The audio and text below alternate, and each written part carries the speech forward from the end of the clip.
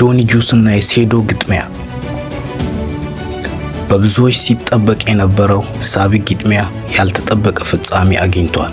ከአውሮፓ እስከ ሩቅ ምስራቅ ለወራት ሲዘጋጅና ሲመላለስ የነበረው ሴዶ በጆኒ ጁስ ያልተጠበቀ የብቃት የበላይነት ሙሉ በሙሉ ከጨዋታ ውጪ ሆኗል።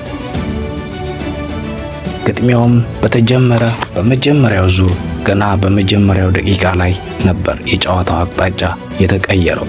ሴዶ ላለፉት ወራት በርካታ ዝግጅቶችን ሲያደርግ ቢቆይም በዛሬው ጨዋታ ግን ተጋጣሚው ጆኒ ላይ አንዳች የሰንዘራ ሙከራ እንኳን ሳያሳርፍ ቀርቷል። ጆኒ ጁስ በበኩሉ ሙሉ የጨዋታውን የበላይነት በመውሰድ ባሳየው አስደናቂ ታክቲክና ቅልጥፍና ጨዋታውን መቆጣጠር ችሏል። ሴዶ ምንም አይነት የመልስ ማጥቃት እድል እንዳያገኝ ያደረገው ጆኒ በዳኞች ሙሉ ውሳኔ አሸናፊነቱን አረጋግጧል። ሙሉ ጨዋታው በ3 ደቂቃ ከ54 ሰከንድ ውስጥ ተጠናቋል።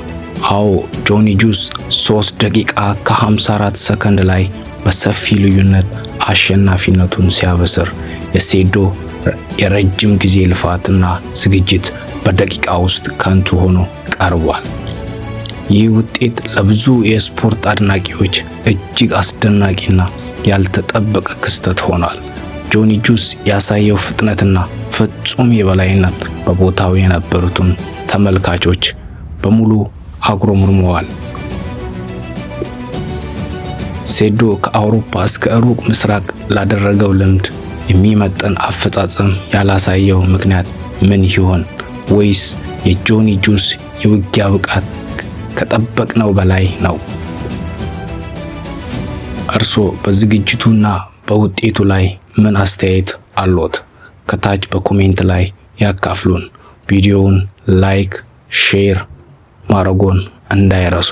ለተጨማሪ አዳዲስ መረጃዎች ቻናላችንን ሰብስክራይብ ያድርጉ።